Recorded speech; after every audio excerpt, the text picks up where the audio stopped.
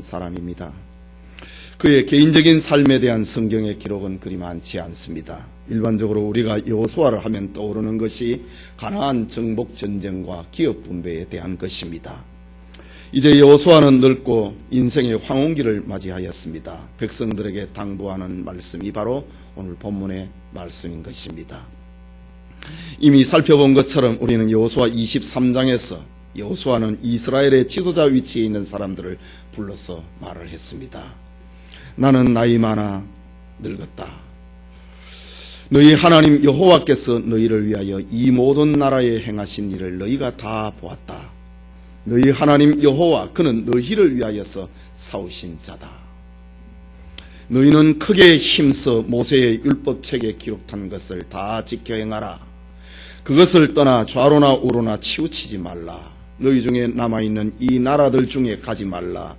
그 신들의 이름을 부르지 말라. 그것을 가리켜 맹세하지 말라. 그것을 섬기지 말라. 그것에게 절하지 말라. 오직 너희 하나님 여호와를 친근히 한 것을 지금처럼 오늘날처럼 하도록 하라.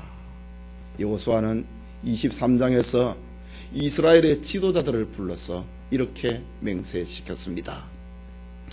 이제 여호수아서 23장에서는 여호수아는 이스라엘의 모든 지파 곧 온 백성들을 불러서 말씀을 전하고 있습니다. 그의 메시지는 이스라엘의 지도자들에게 그랬던 것처럼 하나님의 은혜를 기억을 시키는 일을 하고 있습니다. 물론 사람이 스스로 결심을 하고 한다고 하더라도 그대로 되는 것은 다 아닙니다. 작심삼일이라고 하는 말이 있습니다.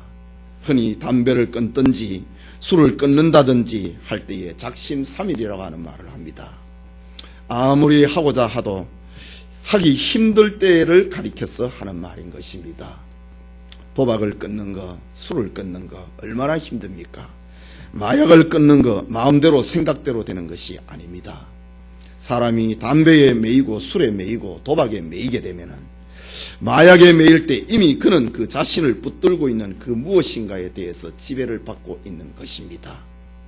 사람이 자신을 얽어매고 있는 그 지배로부터 벗어난다고 하는 것이 얼마나 어렵습니까? 지금 여호수아도 저 이스라엘의 인생의 연약함을 모르는 바가 아닙니다. 그러나 그는 죽어가면서 이스라엘 백성들에게 들려주고 싶었던 메시지가 있습니다. 그것은 하나님의 은혜로라는 것입니다. 이 시간 여호수아의 세겜 집회라고 하는 제목으로 여호수아서 강해 계속하고자 합니다. 하나님의 은혜 주심이 말씀을 받는 우리 모두와 함께 하기를 소원합니다. 먼저 세겜에서 진행된 여호수아의 마지막 집회입니다. 본문 1절 말씀을 다시 보십시오. 여호수아가 이스라엘 모든 지파를 세겜에 모으고 이스라엘 장로들과 그 두령들과 재판장들과 유사들을 부르매 그들이 하나님 앞에 보인지라 라고 했습니다. 우리가 알다시피 여호수아의 집은 에브라임 지파 경내에 있는 딥나세라라고 하는 곳입니다. 그런데 여호수아는 지금 노구의 몸을 이끌고 역사의 을이 서려져 있는 세겜이라고 하는 곳으로 자기의 몸을 옮겼습니다. 그리고 온 이스라엘 백성들을 세겜에 불러 모았습니다. 여러분, 여호수아가 왜 자신의 마지막 집회를 이 땅에서 백성들과 접촉을 할 수 있는 마지막 집회 장소를 세겜이라고 하는 곳에 불러 모았을까? 여호수아가 나이 많아 늙었는데 거동이 불편한데 자기가 살고 있는 동네 딥나세라로 모이라고 해도 될 텐데 왜 여호수아는 세겜이라고 하는 곳으로 모이라고 했고 자기도 노구의 몸을 이끌고 갔을까? 생각을 해보아야 됩니다. 여호수아가 마지막 집회 장소로 세겜을 선택한 데는 바로 히브리 민족의 조상들의 혼과 삶이 서려져 있는 곳이 세겜이었기 때문입니다. 첫째로 세겜이라고 하는 것은 이스라엘의 조상 아브라함과 관계된 장소입니다. 하나님께서 일찍이 아브라함에게 찾아오셔서 본토 친척 아비의 집인 갈대아 우르를 떠나라고 했습니다. 하나님은 아브라함에게 하나님 나라에 대한 비전을 주셨습니다. 이때에 아브라함은 갈 바를 알지 못하고 어디로 가야 될지를 알지 못하고 하나님의 말씀에 순종해서 말씀을 쫓아갔습니다. 아브라함이 하나님이 가라고 하시는 말씀을 쫓아서 도착을 했는데 그곳이 세겜이라고 하는 곳이었습니다. 이때에 하나님께서 아브라함에게 찾아오셨습니다. 창세기 12장 6절과 7절에 보면은 아브라함이 그 땅을 통과하여 세겜 땅 모래상수리 나무에 이르니 그때에 가나안 사람이 그 땅에 거하였더라. 여호와께서 아브라함에게 나타나 가라사대 내가 이 땅을 네 자손에게 주리라 하신지라. 그가 자기에게 나타나신 여호와를 위하여 그곳에 단을 쌓고 라고 합니다. 즉 아브라함이 저 갈대아 우르에서 하란으로 갔고 하란에서 자기 아버지가 죽고 난 다음에 지금 가나안 땅으로 도착을 했는데 가나안 땅에 도착한 장소가 세겜이라고 하는 땅이었습니다. 아브라함이 세겜에 도착을 하니까 갈대아 땅을 떠날 때 자기에게 찾아와서 말씀하셨던 그 하나님이 아브라함이 세겜에 도착을 하니까 그 하나님이 찾아왔습니다. 그리고 하나님께서 아브라함에게 이 땅을 세겜을 중심으로 하고 있는 이 땅을 네 자손에게 주겠다라고 말씀했습니다. 한 평의 땅도 자기 것이 없는 아브라함에게 이 땅을 네 자손에게 주겠다라고 말씀했습니다. 이것은 아브라함의 미래에 대한 축복의 메시지였습니다. 그런데 지금 여호수아와 온 이스라엘이 하나님께서 자신들의 조상 아브라함에게 처음으로 만나 주셨고 이 땅을 네 자손에게 주겠다고 말씀을 했는데 지금 이스라엘은 그 자리에 지금 서 있는 것입니다. 히브리 민족의 조상 아브라함에게 하나님이 찾아오셔서 내가 이 땅을 너에게 자손에게 주겠다 라고 말씀을 했는데 지금 600여 년이 지나고 난 다음에 이스라엘 백성들은 그야말로 거기에 서 있는 겁니다. 하나님이 이스라엘에게 등기한 하나님이 이스라엘에게 기업으로 주신 바로 그 땅에 지금 서 있는 것입니다. 여호수아와 온 이스라엘은 그들의 조상 아브라함이 처음으로 하나님의 이름을 불렀고 가나안 땅에서 처음으로 하나님의 이름을 불렀고 하나님 앞에 제단을 쌓았고 하나님이 이 땅을 네 자손에게 주겠다고 했던 그곳으로 이스라엘 백성들을 다 불러 모았습니다. 하나님이 펼치실 미래를 감사했던 저 아브라함이 하나님이 펼쳐주실 그 미래를 감사했던 그곳에 지금 현실이 되어 있는 이스라엘 백성들이 민족을 이루었고 그 땅을 모두 점령을 하고 지금 세겜 땅에 이스라엘 백성들이 지금 서 있는 것입니다. 말하자면은 하나님의 약속이 현실이 되어 있는 그곳으로 우리 조상 아브라함이 처음 가나안 땅에서 제단을 쌓고 하나님 앞에 예배를 드렸던 그곳 세겜으로 온 이스라엘을 불러 모았다라는 사실입니다. 여호수아는 백성들과 가지는 마지막 집회 장소로 저 세겜을 선택하는 것이 바로 이런 이유였습니다. 말하자면 세겜은 하나님의 약속이 이 땅에 처음으로 펼쳐진 곳, 하나님의 약속과 은혜에 감사하여 조상 아브라함이 가나안 땅에서 처음으로 제단을 쌓았던 곳, 세겜은 바로 하나님의 약속이 성취되는 그 현장이었던 것입니다. 둘째로 세겜은 야곱과 이스라엘의 12아들들과 관계된 장소였습니다. 창세기 34장에 보면은 야곱은 외갓집에서 아버지 집으로 돌아오는 길에 베델로 가지 아니하고 세겜이라고 하는 세속의 도시로 가서 그곳에서 정착을 하게 됩니다. 그런데 야곱의 딸 디나가 세겜 성읍에 놀러 갔다가 추장에게 추행을 당하는 비극이 벌어졌습니다. 이때의 야곱의 아들들, 특별히 저 디나의 오빠 레위와 시므온이 화가 났습니다. 그래서 야곱의 아들들은 세겜 사람들과 하나님의 이름으로 거짓 계약을 맺었습니다. 세겜 사람들아, 내 동생하고 결혼하고 싶으냐? 우리와 서로 혼사를 맺고 싶은가? 그러면 우리처럼 너희들도 할례를 받게 되면은 우리가 너희와 혼사를 맺겠다. 거짓 약속을 했습니다.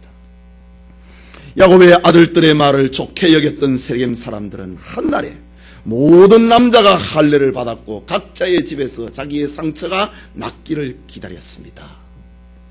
이때에 디나의 오빠 시므온과 레위가 자기의 종들을 데리고 세겜 성 안으로 쳐들어가서 모든 남자들을 다 죽여버렸습니다. 그리고 난 다음에 야곱의 나머지 아들들이 다 들어가서 성읍을 약탈을 해버렸습니다. 금은보화를 다 챙겨버렸습니다. 하지만 야곱의 아들들이 행한 소식은 세겜 주변 성읍으로 퍼져나가기 시작을 했습니다.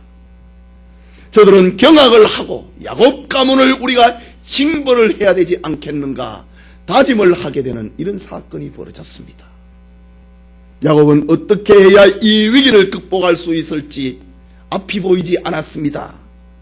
이때에 하나님은 야곱에게 찾아오셨습니다.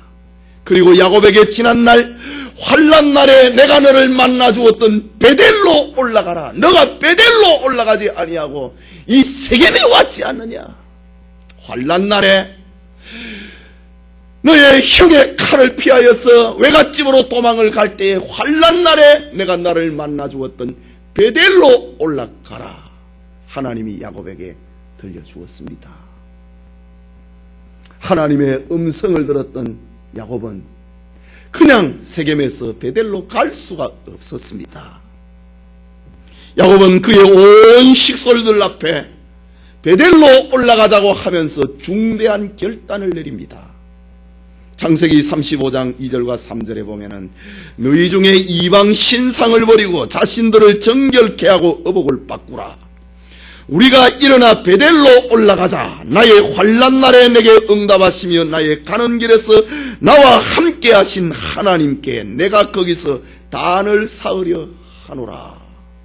족장 야곱이 12 아들들과 그리고 모든 종들을 향하여서 선포했습니다. 말하자면 회개 운동을 전개했습니다.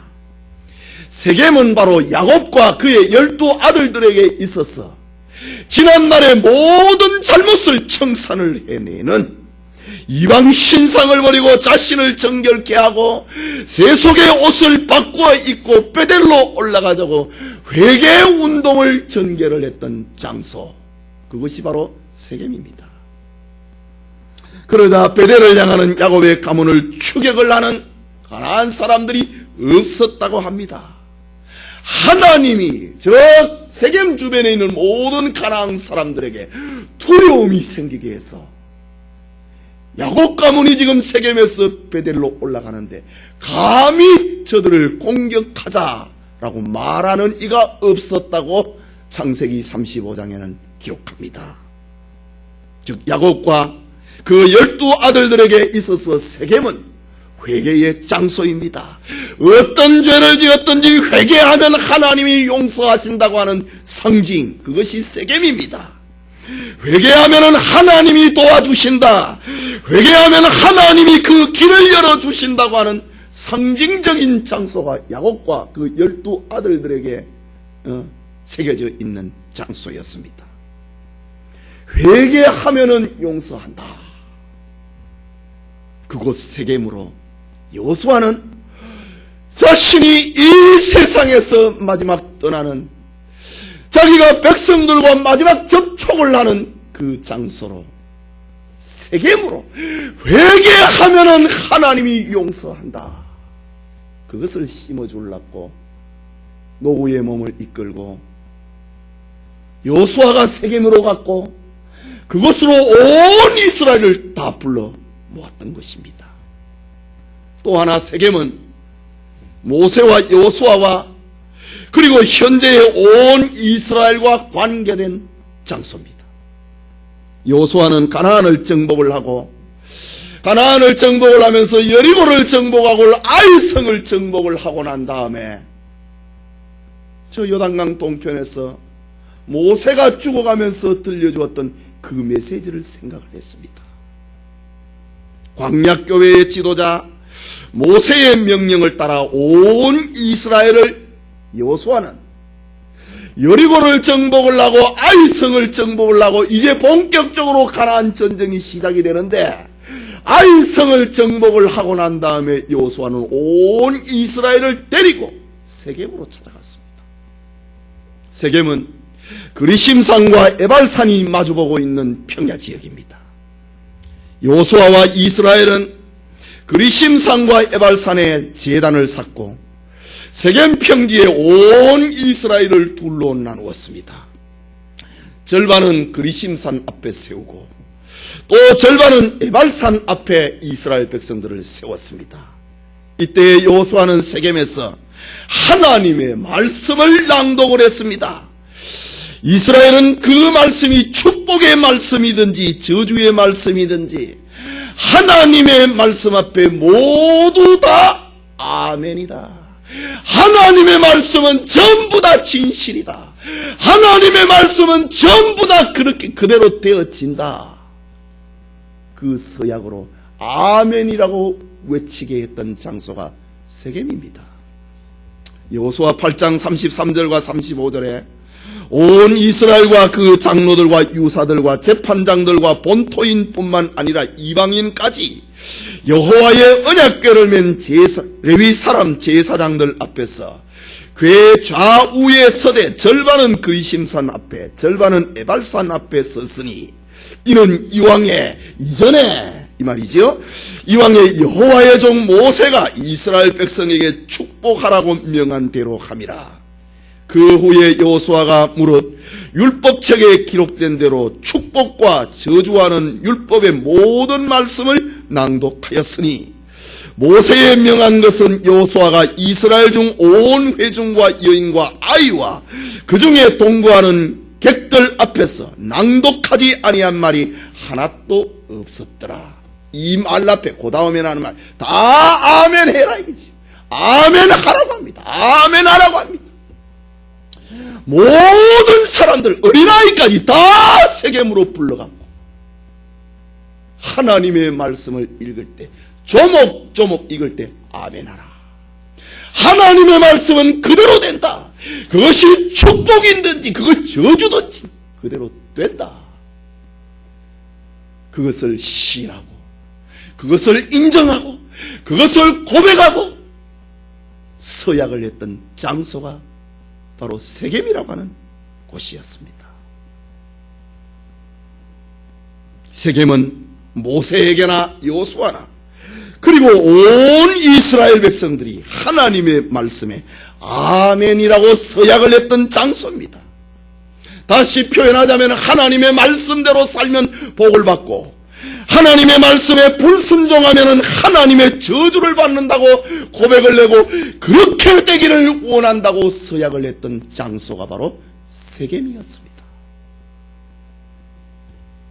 이곳으로 여호수아는 이 땅에서 살면서 하나님의 백성들에게 마지막으로 들려주고 하나님의 백성들과 마지막 영적 교제를 나누기를 원했던 집회 장소였습니다.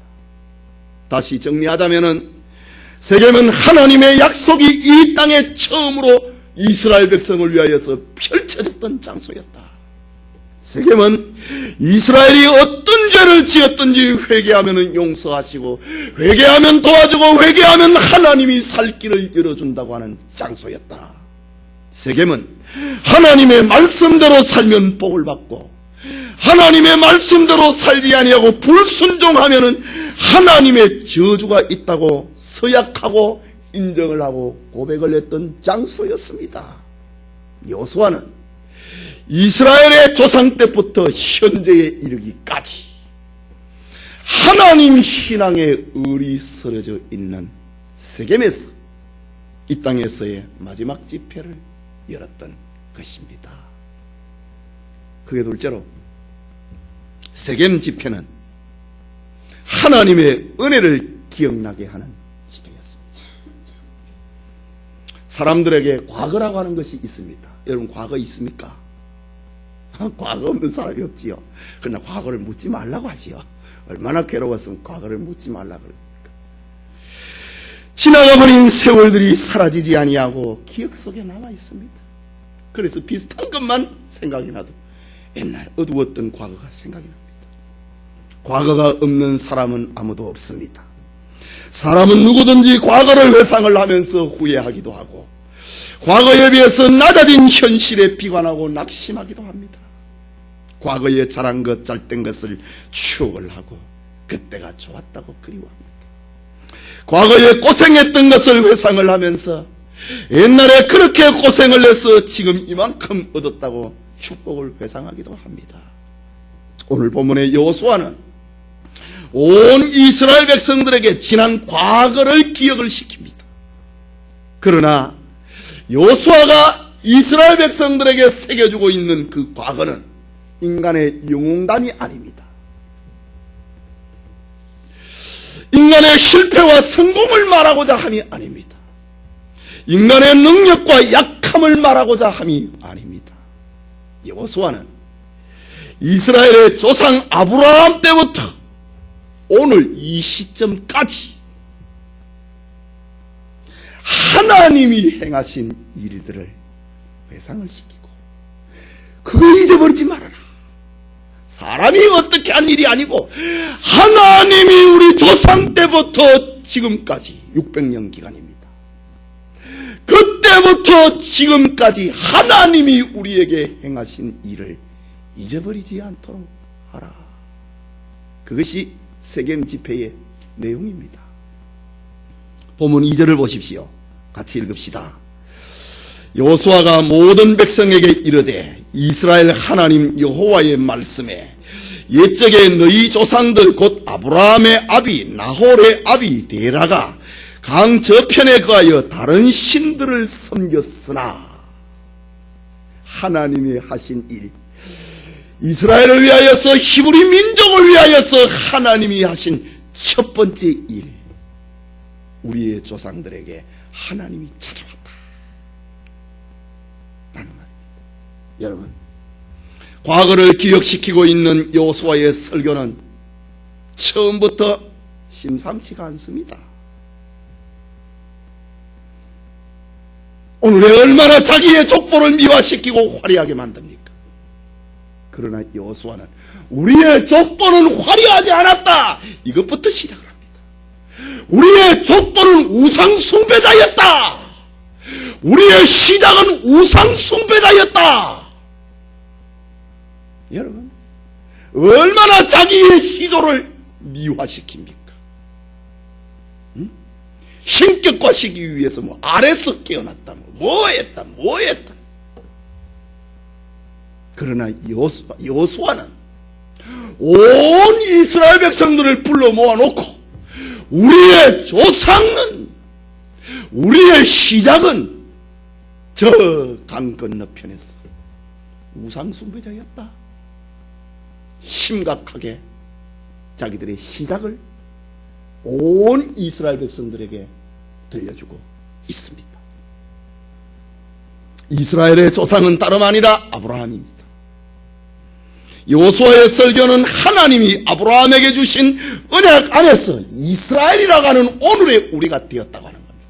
하나님이 아브라함에게 찾아오셔서 언약을 맺었는데 내가 너로 큰 민족을 이루게 하고 내가 너로 복의 근원이 되게 하고 너를 축복하는 자에게 내가 복을 내리고 너를 저주하는 자에게 내가 벌하겠다고 말씀을 하셨는데, 하나님은 아브라함에게 주신 그 언약 아래서 우리가 오늘의 이스라엘이 되었다라고 말합니다.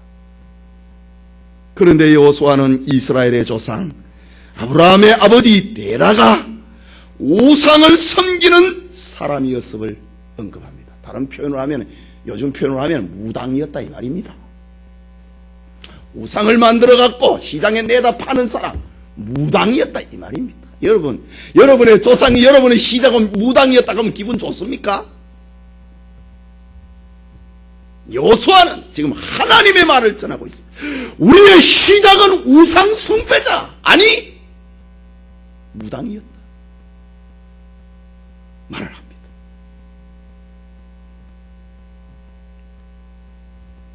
아브라함의 아버지가 우상을 내다 파는 무당 출신이었다면 아브라함 역시 아버지를 따라서 똑같은 사람이었다 이 말입니다. 그런데 하나님께서 우상을 섬기는 아브라함을 이끌어내서 가나안으로 인도하셨다. 그 신을 번성케 하기 위해서 이삭을 주셨다. 여러분, 이스라엘의 출발은 우상 섬기는 사람으로 시작합니다. 이것은 이스라엘이 스스로 하나님을 섬기고자 모인 민족이 아니라는 말입니다. 이스라엘은 스스로 우리 하나님 잘 믿자 이렇게 해서 시작된 우리 민족이 아니라는 말입니다. 하나님이 아브라함을 붙들어 갖고 옮겨놨다. 오늘 낮에 스데반의 설교하고 맥을 지금 같이 하고 있습니다. 스데반도 지금 옛날 역사를 정리를 했는데 오늘 여호수아도 지금 똑같이 지금 같은 설교를 하고 있습니다. 우상을 섬기던 자에게서 이끌어냄을 받은 자가 이스라엘이라고 합니다. 즉 믿음의 시작은 하나님이지 우리가 아니었다. 이거 정말 중요한 말입니다. 믿게 하신 분도 하나님이었다. 우리는 하나님을 믿게 하신 이가 바로 하나님 자신이었다. 그런데 사람들은 이 분명하고 이 간단하고 이 명료한 진리를 받아들이기를 거절합니다. 잊어버리려고 합니다. 여러분의 과거를 돌아보십시오. 여러분의 믿음의 출발이 과연 여러분에게 시작된 것인가? 나는 모태신앙인데 그러면 엄마는 그랬는가? 엄마도 모태신 그러면 할머니도 그랬는가? 올라가면은 우상 숭배자입니다.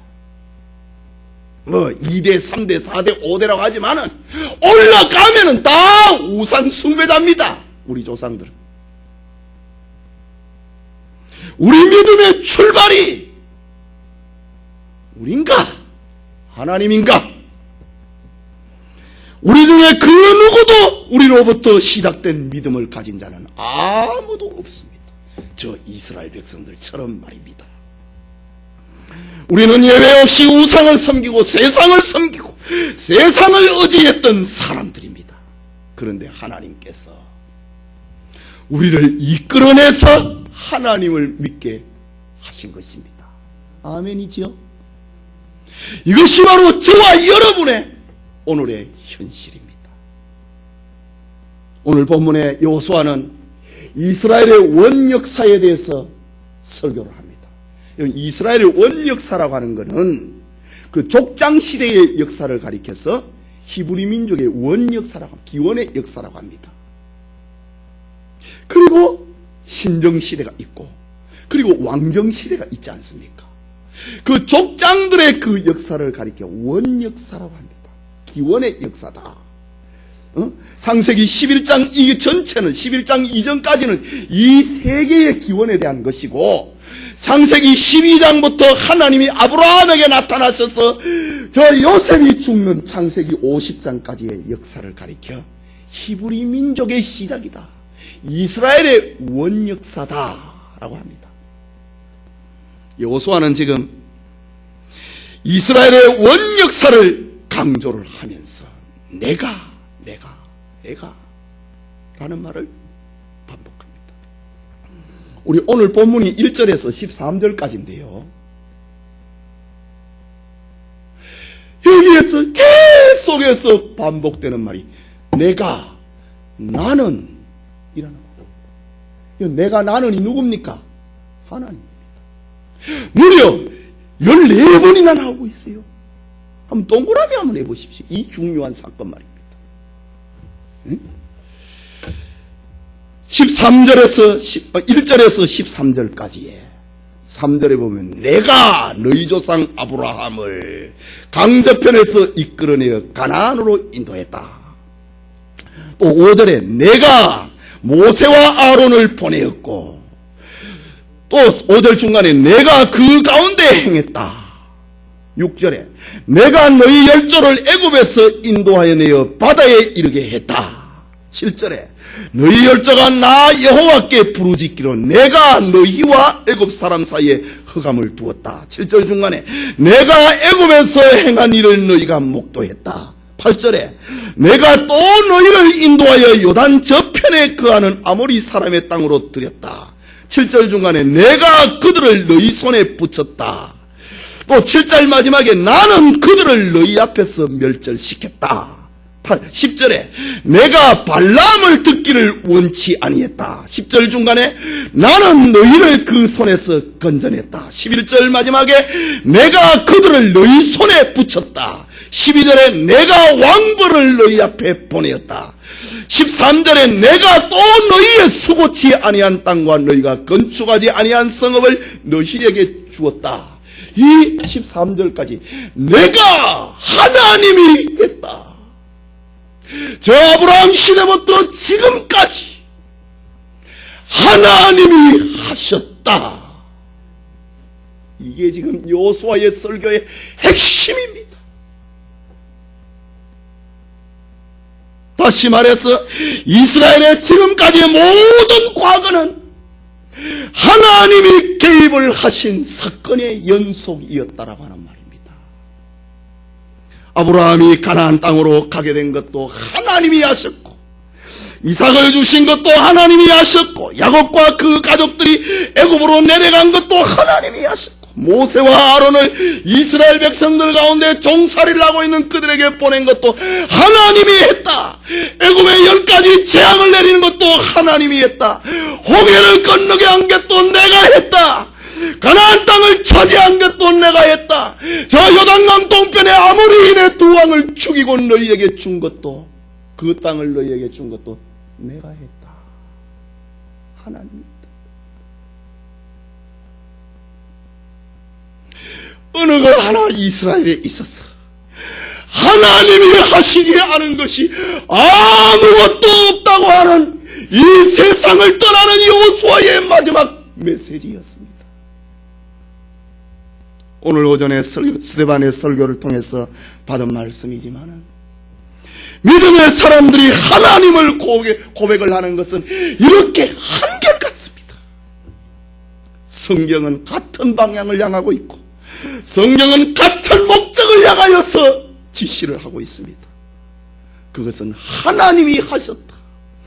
하나님이라고 하는 주권신앙입니다. 분명 전도는 내가 했는데 하나님이 나를 써서 했다.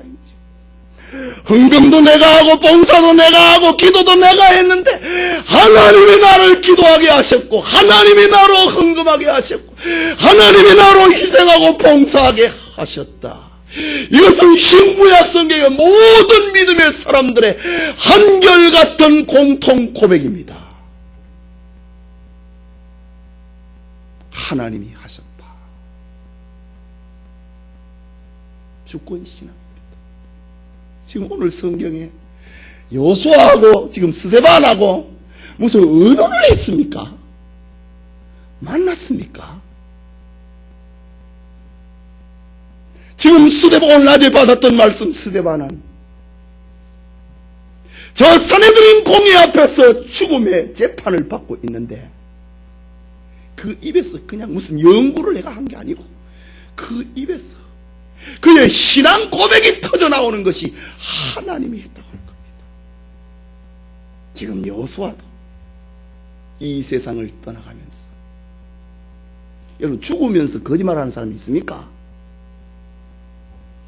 사람은 죽기 전에는 다 진실해집니다. 그래서 죽을 때 되면은 내가 참 미안했다고 합니다. 죽을 때 되면 그렇게 강했던 사람도 미안하다, 이 말을 하고 죽습니다. 이 진실이라고 하는 겁니다. 여호수아는 이 세상을 떠나가면서 이스라엘 백성들에게 마지막으로 들려주고 싶었던 말, 아니 이스라엘 백성들과 함께 영의 떡을 나누고 싶었던 메시지, 그것은 하나님이 있다 하는 거였습니다.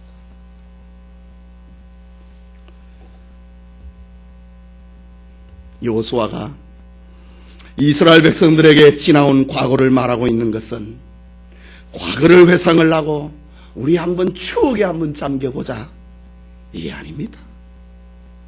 여호수아가 말하고 싶은 것은 우리가 오늘에 이른 것은, 우리가 오늘 가나안 땅에 살게 된 것은 아주 먼 옛날 우리 조상인 아브라함 때부터 이미 계획된 것이었고 하나님이 다 하신 일이었다. 그거를 들려주고 있습니다. 그리고 여호수아는 이스라엘 백성들에게 지나온 과거를 기억을 하고 그 하나님을 너희도 만나라, 이 말입니다. 그게 핵심입니다. 지나온 과거를 들려주고 하나님이 우리를 오늘에까지 이르게 했는데 그 하나님을 소개를 해주고, 이스라엘 사람들아, 그 하나님만 섬겨야 되지 않겠느냐? 그 하나님을 만나면서 살아야 되지 않겠느냐? 이 말을 하는 것입니다. 그래서 다음 주에 우리가 받을 말씀인데, 온 이스라엘이 우리 하나님만을 섬기겠다고 여호수아의 죽음 앞에 서약을 합니다. 성도님, 하나님은 어제나 오늘이나 영원토록 동일하신 분입니다. 과거의 하나님이나 현재의 하나님이 다르지 않습니다. 구약의 하나님이나 신약의 하나님이 절대로 다르지 않습니다. 사람들은 과거의 하나님과 현재의 하나님을 자꾸 다르다고 생각합니다. 좋은 일 있을 때의 하나님과 나쁜 일 있을 때의 하나님을 자꾸 다르다고 생각합니다. 좋은 일, 내게 좋은 일이 있을 때의 하나님은 참 좋으신 하나님이야, 그렇게 말하다가 나에게 나쁜 일이 생기면 하나님이 나한테 왜 이러지? 원망하고 불평합니다.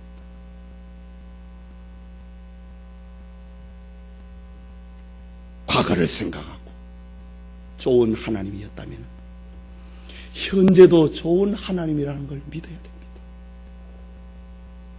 과거에 좋다가 현재에 나쁘면 그 사람은 하나님을 믿는 게 아닙니다.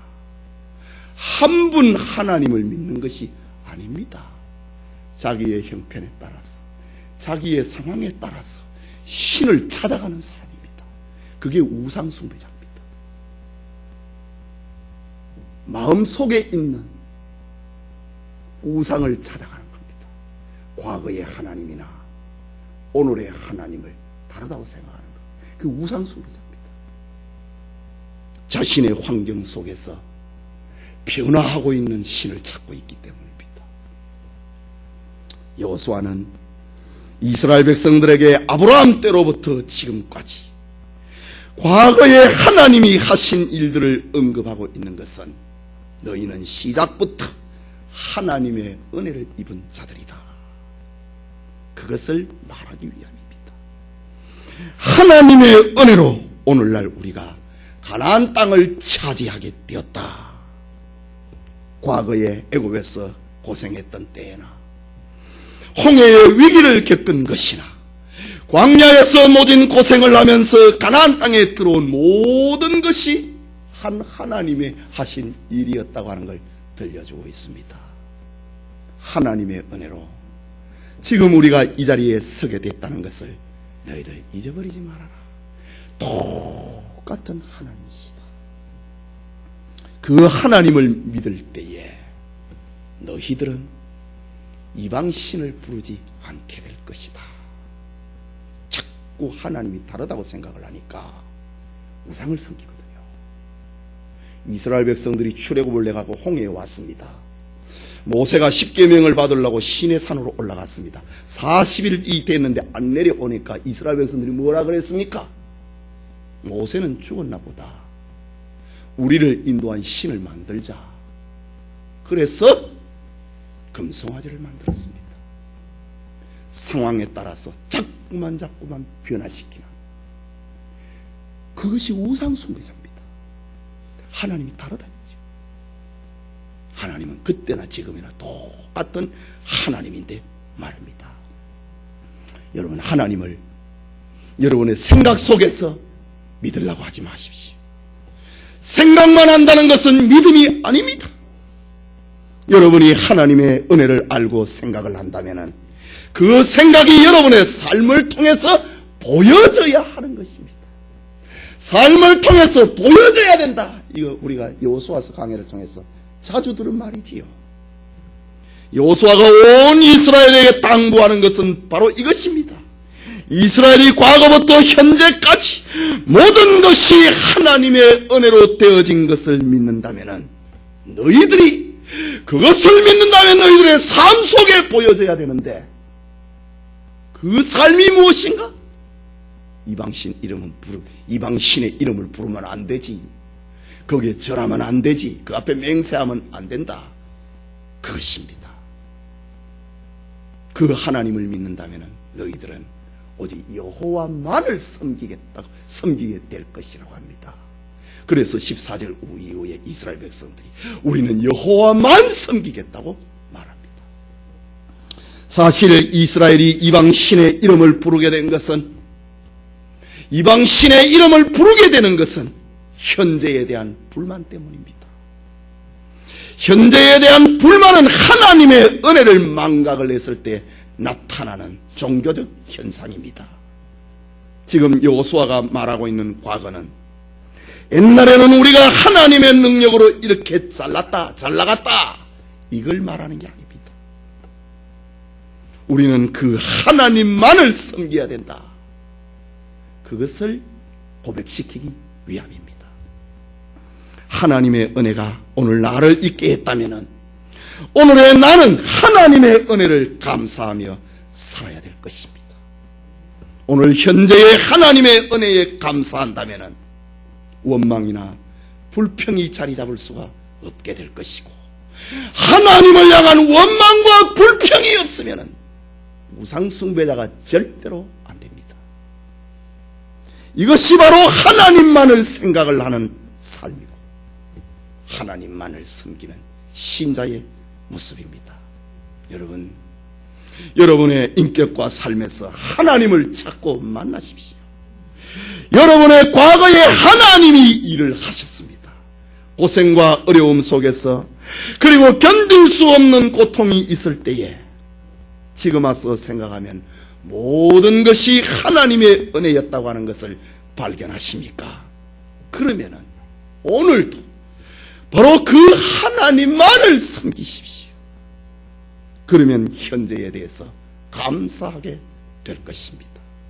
그러면 여호와만을 섬기고 하나님만을 경외하는 주의 자녀가 될 것입니다. 성도 여러분,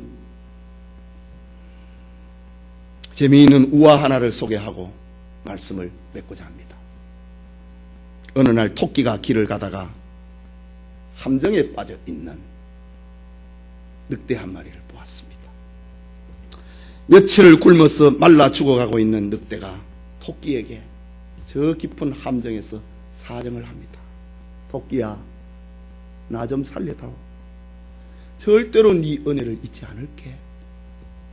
토끼가 묻습니다. 내가 너를 살려주면 나 잡아먹을 거 아니야? 늑대가 말합니다. 아니야, 절대로 그렇지 않을게. 내 생명의 은인인 너를 내가 어떻게 잡아먹을 수 있겠니? 토끼는 말을 합니다. 정말 날 안 잡아먹을 거야. 그러면 정말 안 잡아먹을게. 정말 네 은혜를 잊지 않을게. 토끼와 늑대와의 대화가 한참 오고 갔습니다. 그러자 토끼는 늑대가 불쌍해지기 시작했습니다. 그래서 구덩이에서 올라올 수 있도록 나뭇가지 하나를 길게 내려주었습니다. 늑대는 나뭇가지를 타고 올라왔습니다. 그런데 늑대는 갑자기 돌변하고 말았습니다. 배가 고프다.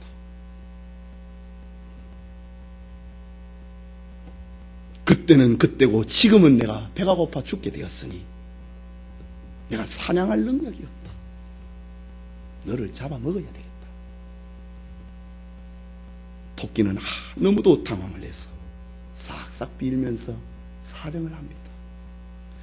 조금 전에 사정을 우리 설명을 하고 눈물로 애원을 해도 늑대는 눈 하나 깜짝하지 않습니다.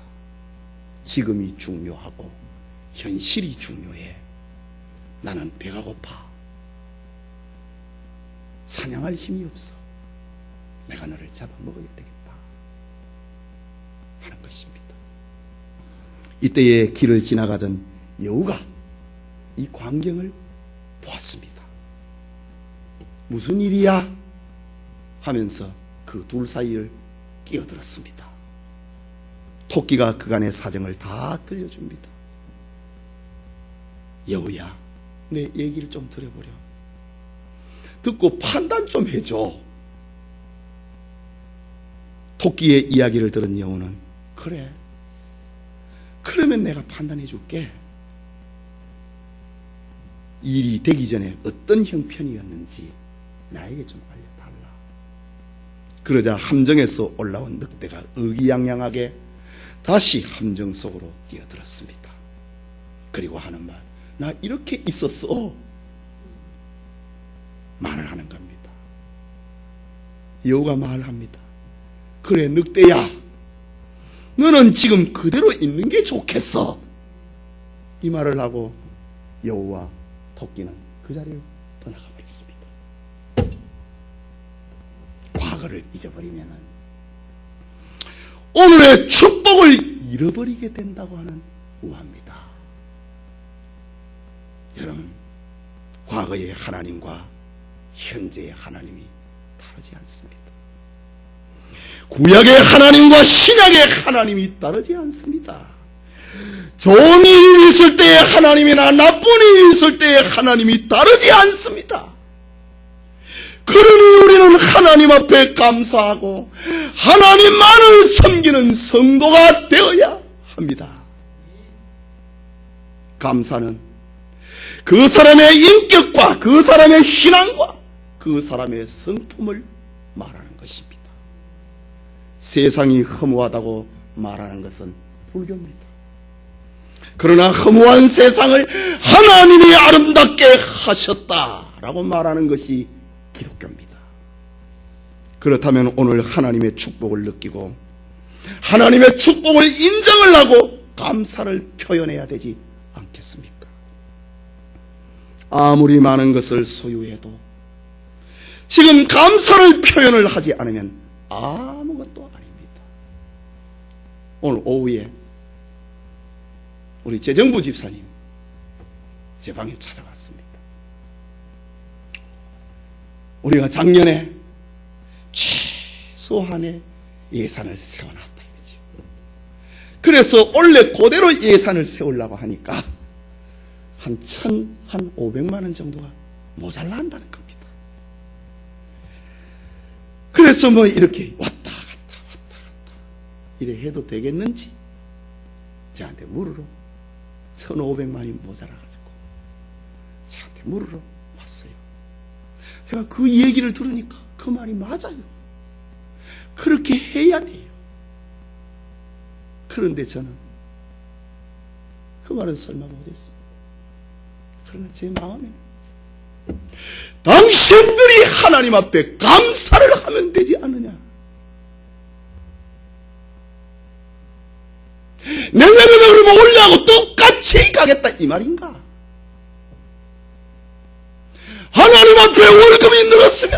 감사의 종목이 늘었으면 감사를 해야지. 이 목사 마음입니다.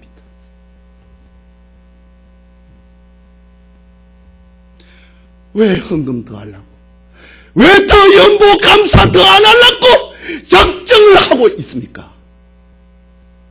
11조야 뭐 수입대로 10분의 1을 드리는 거니까 어쩔 수 없지만 왜 감사는 더 안 하려고 합니까?